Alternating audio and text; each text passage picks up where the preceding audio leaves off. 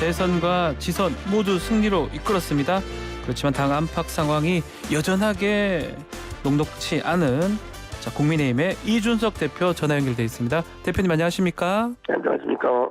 목소리가 많이 또 상하셨네요. 예, 하여튼 인터뷰 감사드리고요. 아주 궁금한 것들이 많기 때문에 바로 질문 드리겠습니다. 자, 이 부분부터 먼저 여쭤보겠습니다. 윤석열 정부 출범 한 달이 조금 넘은 상황인데 국정수행 지지율 보니까 40%대로 떨어졌거든요. 이 부분을 좀 당대표로서 어떻게 받아들이고 계신지, 위기감을 좀 느끼고 계신지 어떻습니까? 당연히 위기감은 있고요. 그런데 네. 이제 대내외 경제 상황이나 이런 것들이 굉장히 좋지 않고, 특히 우크라이나 사태나 이런 것들 때문에 지금 국제적으로 아주 많은 혼란이 있기 때문에 네. 그런 부분 좀 반영된 것도 있을 것이고, 아무래도 정권 초기에 여러 가지 인사나 이런 거 하는 과정에서 체계를 정립하는 과정이 있지 않나 이런 생각을 합니다. 지금 말씀하신 것처럼 인사 문제가 이 지지율에 큰 영향을 미치는 것 같습니다. 지금 여론조사도 그런 것 같고요. 특히 박순애, 김성애 두 후보자 이대로 강행을 할 건지 좀 궁금해요. 민주당에서는 자진 사퇴하고 재추천 이렇게 얘기를 하더라고요. 어떻게 보십니까? 제가 봤을 때는 그분들 어느 정도 인사하는 데 있어가지고 네. 좀 살피지 못한 부분이 있었던 건 맞는 것 같습니다. 근데 그분들에 대해서 대통령께서 시간을 가지고 생각하겠다라고 했기 때문에 네. 저는 조금 더 지켜봐야 되는 상황 아닌가 생각합니다. 인사청문회는 하겠죠. 아주 원구성이 좀 안 되고 있긴 하지만. 그렇죠. 지금 상황이 이렇게 예. 장기화되는 것도 인사청문회가 실제로 이루어지지 않기 때문에 그런 거거든요. 예. 저는 지금 국회 원구성이 빨리 되어가지고 이런 부분 빨리 진행됐으면 좋겠습니다. 알겠습니다. 자, 국민의힘이나 윤석열 정부 차원의 정책적 대응, 특히 여러 가지 얘기가 있는데 최근에 화물연대 파업 이게 지금 종료는 됐습니다. 그런데 이거 다 해결된 건 아니다, 미봉책 아니냐 이런 평가가 있거든요. 어떻게 보십니까? 화물연대 파업 같은 경우에는 어차피 그 일몰제로 적용됐던 안전운임제라는 것이 지금 보통 우리가 일몰제로 어떤 법을 운영한다는 것은 그 기간 동안 성과 측정이라든지 실제 좀 효과를 측정해보고 그 다음에 연장 여부를 결정하는 거거든요. 그런데 이번에 사실 3년간의 일몰제로 이제 운영되었던 제도인데 문제는 지난 3년 사이에 코로나라든지 아니면 유가 상승이라든지 이런 것 때문에 정확하게 성과를 측정하기 어려운 그런 기간이었던 특성이 있습니다. 그렇죠. 그렇기 때문에 그걸 좀 다시 한번 살펴볼 수 있도록 하자는 게 일몰제 연장의 취지이기 때문에 저는 그런 차원에서 충분히 합리적인 판단을 하고 있다 이렇게 생각하고, 안전운임제라는 제도 자체에 대해 가지고는 이게 특수 형태로 고용되신 분들에게 이제 사실상 최저임금제와 같은 역할을 하는 거 아닙니까? 그렇죠. 그렇기 때문에 제도적으로는 상당히 계속 우리가 검토하고 또 필요하다고 보는 그런 제도입니다. 필요한데 아직까지 성과 분석이 정확하게 된 게 아니기 때문에 또 코로나 상황이었기도 하고요. 그렇기 때문에 좀 더 지켜봐야 될 것 같다라는 것이네요. 네. 자, 연준 지금 자이언트 스텝도 했고 고물가 고금리인데 법인세 세율을 좀 낮출 것 같아요. 이런 게 좀 국민 공감을 얻을 수 있는지 이건 어떻게 보십니까? 아무래도 기업하기 좋은 환경을 만들어가지고 일자리를 만들고 투자를 늘리고 이런 선순환 구조를 만드는 것이 경제 활력을 찾는 첫 번째 요소입니다. 그렇기 때문에 아마 대통령께서 적극적인 어떤 감세라든지 이런 경제 활력을 불어넣을 수 있는 방법들을 고민하신 것 같고요. 사실 문재인 정부 이전 수준으로 되돌려 놓는다 이 정도의 의미로 보시면 될 것 같습니다. 그냥 보면 문재인 정부 이전으로 법인세율을 맞춘다 그 정도라고 보시는 겁니까? 아무래도 이제 문재인 정부 시절에 여러 가지 기업에 대한 각종 규제라든지 많았으니까. 아니면 투자를 막는 여러 가지 그런 어떤 이런 세율이나 이런 것들 때문에 경제에 어쨌든 그 신규 산업이라든지 이런 것들이 창출이 좀 더뎠던 측면이 있거든요. 아마 문재인 정부 내에서 우리가 신수종 사업이라고 할 만한 것들이 뭐가 있었느냐 했을 때 거의 기억이 안 납니다. 저는 그런 것들을 좀 이번엔 좀 물꼬를 타야 된다 이런 생각이었던 것 같습니다. 알겠습니다. 자, 김건희 여사 질문 좀 드려보겠습니다. 코바나 컨텐츠 전 직원 대통령실 채용하고 있는 그 부분 어떻게 보십니까? 참 사적 지인이 공식 또 행사에 동행하는 게 문제가 됐는데 이거 해명하는 과정에서 또 다른 또 문제가 되는 거거든요. 어떻게 보십니까? 이 부분 대표로서. 저는 어차피 처음에 우리 윤석열 네. 정부에서 그 국민 눈높이에 맞는 또 소통 행보 이런 것들을 하겠다는 취지, 그리고 또 제2부속실이나 이런 것들이 운영된다고 하면은 예. 그 제2부속실이 단순히 어떤 그런 영부인이나 아니면 가족들을 관리하는 역할뿐만 아니라 때로는 전횡을 하기도 하고 이랬기 때문에 국민들에게 지탄의 대상이 됐던 거거든요. 그렇죠. 그래가지고 이제 그런 부분을 좀 피하자라는 취지로 저희가 시스템을 짰던 것인데, 꼭 제 생각엔 그런 형태가 아니더라도 다른 형태가 괜찮습니다만은 영부인의 안전이라든지 이런 것들은 굉장히 중요하기 때문에 네. 저희가 뭐 다른 형태로라도 공적인 부분에서 관리가 조금 될 수 있으면 좋겠다, 이런 생각을 저희는 하고 있습니다. 근데 아무래도 이 부분은 이제 뭐 딱 저희가 언급하는 순간 뭐 제2부속실 부안이야 이렇게 몰아가는 경우도 있기 그렇죠. 때문에 네. 저희는 좀 그 부분 조심스럽게 접근하고 있고, 뭐 그것이 아니라도 좋습니다. 왜냐하면 이 최소한의 어쨌든 그 경호라든지 이런 걸 위해서도 최소한의 공적인 관리가 필요하다는 생각은 많은 분들이 하고 있는 것 같습니다. 그게 뭐 이름이 뭐든지 간에 공적인 어떤 조직의 관리 차원에서 필요하다, 그런 말씀 같은데, 특히 이번에 지금 코바나 콘텐츠 직원들이 그 대통령실에 채용됐다는 거, 이거는 대표님 혹시 알고 계셨습니까? 그 코바나 콘텐츠라는 회사가 이제 뭐 사실 뭐 전시나 이런 것들을 하는 곳이기 때문에 예. 뭐 아마 그런 전문성을 보고 사람을 뽑고 이렇게 하지는 않았을 겁니다. 다만 그 영부인을 모시는 데 있어가지고 네. 일정 정도 그런 친분이라든지 이런 것들이 도움이 된다면은 그 부분은 뭐 양해가 가능한 부분이 아닐까 이렇게 생각하고요. 네. 예를 들어 대통령께서도 이 대통령실의 비서진이나 이렇게 구성할 때 전문성을 갖춘 인사들도 뽑고, 그리고 또 대통령과 오래 일해가지고 어떤 호흡이 맞는 인사도 뽑고, 이렇게 다 균형을 맞춰가는 거거든요. 근데 영부인이 뭐 정책을 하시고 이럴 건 아니지 않습니까? 그렇죠. 예. 그렇기 때문에 뭐 전문성을 가진 인사보다는 아무래도 영부인을 잘 알고 잘 보조할 수 있는 그런 어떤 인물들 몇몇 정도는 뭐 채용할 수 있는 거 아닌가 이런 생각합니다. 대표님 모르셨죠? 저는 뭐 이런 부분에 대해서 비서진 인사나 이런 것에 그렇죠. 대해서 보고가 될 리가 없으니까. 세세하게 저희가 파악할 이유는 딱히 없습니다. 예. 혹시 알았다면 반대를 했을까요? 알겠습니다. 자, 뭐 난해한 질문이라서 여기까지만 드리고요. 지금 당내 현안이 좀 많은 것 같아요. 특히 최고위원 구성 문제가 아직 정리가 된 건지 모르겠는데, 이 안철수 의원이 추천한 그 정점식, 김윤, 이 두 분 다 좀 받기는 어렵다, 이 말씀이신 거죠? 저는 그러니까 어떤 인사 추천이든지 간에 예. 취지에 맞는다 그러면 저는 전혀 문제가 안 된다는 생각하거든요. 원래 열린민주당과 민주당의 합당 사례를 보셔도 알겠지만은 한 의석 3석 정도 되는 정당과의 합당에 있어가지고는 최고위원 한 자리 정도를 배분하는 것이 일반적인 관례입니다. 네. 그런데 이번에 뭐 제가 만나서 협상할 때 안철수 대표께서 국민의당 측 인사들이 뭐 아무래도 저희 덩치가 큰 국민의힘에 와서 활동하는데 다소 위축되고 주눅이 들 수 있으니까 좀 통 크게 배려를 해달라. 네. 뭐 이런 취지로 말씀하셔가지고 저희가 그러면 저희가 2명까지 하는 걸로 검토하겠다 이렇게 이야기를 했던 것이고, 다만 저희가 명확하게 이제 그 당시에 협상의 대상이었던 실무자였던 국민의당 측 인사들한테 저희가 전달했던 게 뭐냐면은 또 뭐 이런 인사를 추천받는 데 있어가지고 우리 당과 이제 호환이 좀 안 되는 그런 정체성을 가지고 있다든지 다소 논란이 있을 수 있는 분들에 대해 가지고는 추천을 하지 말아달라는 명시적인 이야기를 했습니다. 네. 이게 왜 그러냐면 저희는 처음에 그 최고위원 하면은 그래도 국민의당 출신 현역 의원 중에서 추천이 있을 줄 알고, 그래서 사실 현역 의원이 국민의당에 3분인데 그 중에 한 분 같은 경우에는 굉장히 저희가 우려했거든요. 지도부에 오면은 좀 궁합이 안 맞을 것 같아가지고.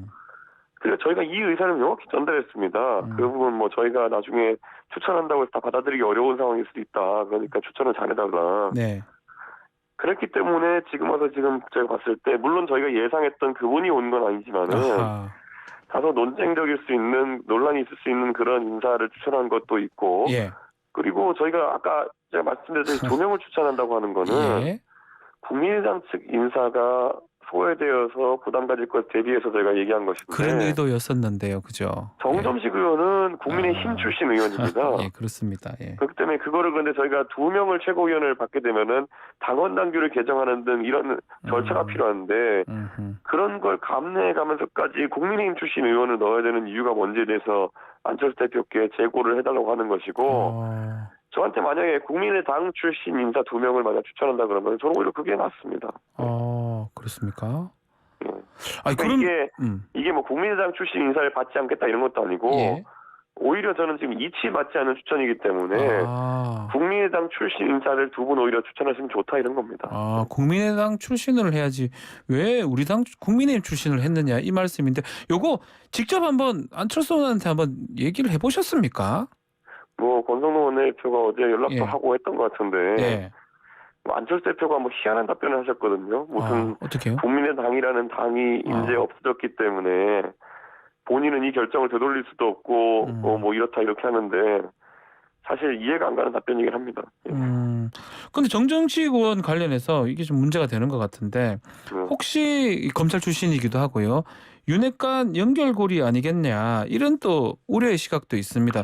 대표님 이건 우려하는 거 아니십니까 혹시? 당내에서 정정식 의원을 네.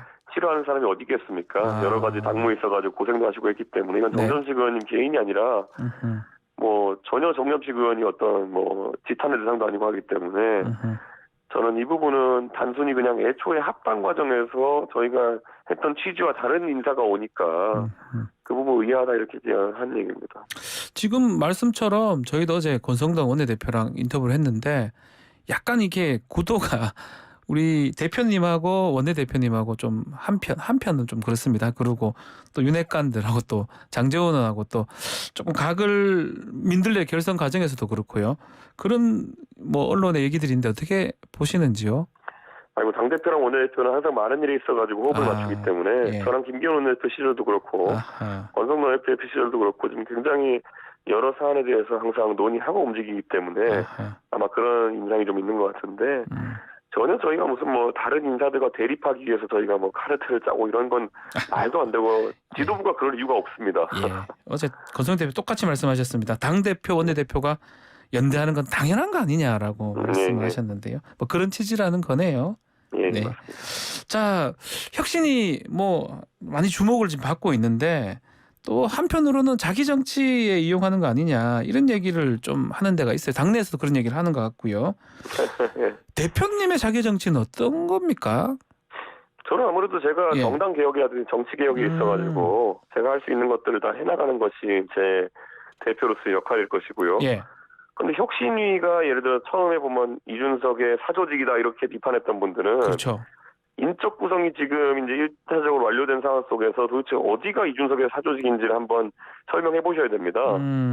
도대체 그 안에 이준석의 사조직이라고 의심받을 만한 그런 부분이 어디 있는지 예를 들어 최재형 원장에 대해 가지고 최재형 의원에 대해 가지고 이준석계다 이렇게 공격하셨던 분들도 아니 그거는 굉장히 모욕적인 발언이죠. 최재형 의원 같은 경우에는 문재인 정부에서 대통령에게도 할 말을 했기 때문에 국민들의 많은 지지를 받고 우리 당에 합류해서 의원까지 되신 분이거든요. 이분 브랜드가 대통령에게도 할 말을 한다예요.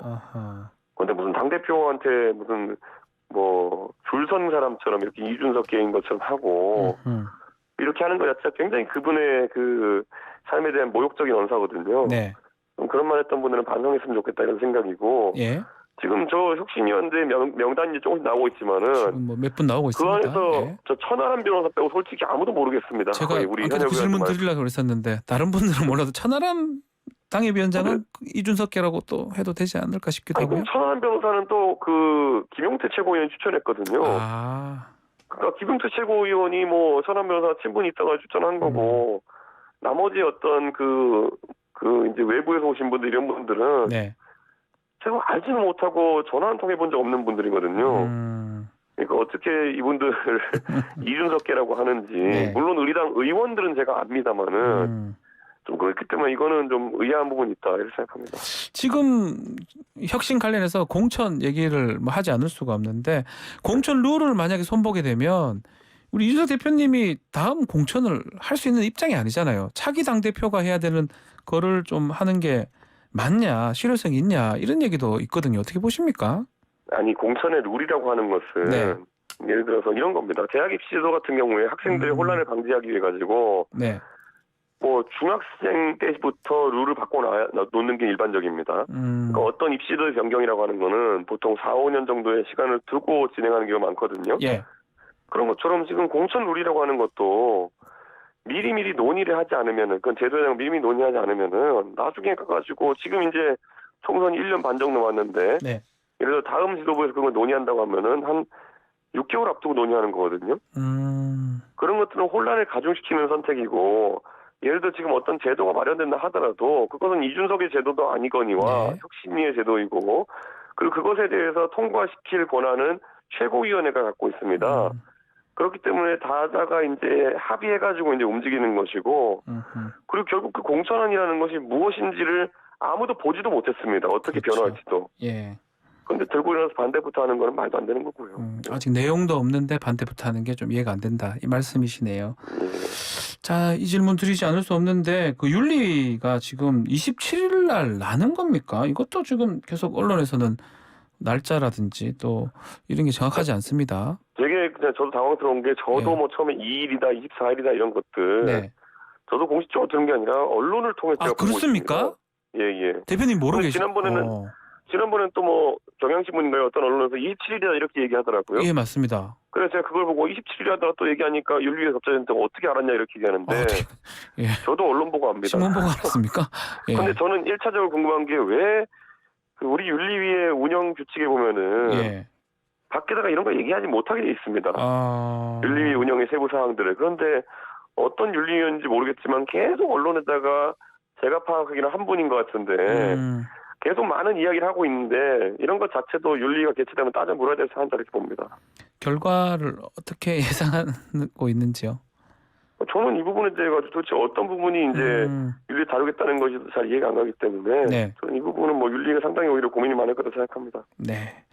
자, 백윤규 전 산업부 장관 그 수사 지금 보복 수사 시작 아니냐, 기획 수사 아니냐, 이런 뭐 민주당 의문 제기가 있거든요. 이 부분 어떻게 보고 계십니까? 예전에 이제 김은경 환경부 장관 같은 경우에도 민주당에서 왜 수사하냐고 문재인 정부 시절에 그랬지만은 네. 실제로 수사하고 보니까 상당한 문제가 있었거든요. 그때도 이제 구속은 안 됐지만은 결과적으로는 굉장히 큰 책임을 지게 되었는데, 예. 저는 이번에 백운규 장관 같은 경우에도 이제 구속이 안 된 사유를 보면은 뭐 사실 직원들과의 뭐 친분이 좋지 않아가지고 더 이상 뭐 이걸 뭐 공모하고 이럴 가능성이 없다라든지 뭐 이렇게 특이한 이유로 그렇게 됐거든요. 네. 저는 아마 백운규 장관이 원전 문제에 있어가지고나 아니 여러 산업부 문제에 있어가지고 불합리한 개입을 했다는 정황은 너무 많기 때문에 네. 저는 뭐 이것에 대해서 민주당도 말을 좀 아끼는 상황이 아닌가 생각합니다. 네. 이제 한 1분 정도 남았는데요. 이제 이준석 대표님 1년이 됐습니다.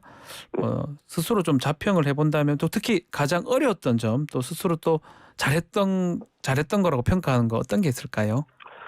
뭐 많은 것들은 선거로 평가받는다 이렇게 생각합니다. 다 이겼죠. 우리 당이 예. 선거를 이겼고 네. 그리고 또 당원 수가 한 4배 가까이로 늘어났습니다. 예. 물론 또 이제 선거가 없는 기간 동안에 조정기가 오겠지만은 저는 성과에 대해서는 그 정도면은 된 것이 아닌가라는 생각하고, 네.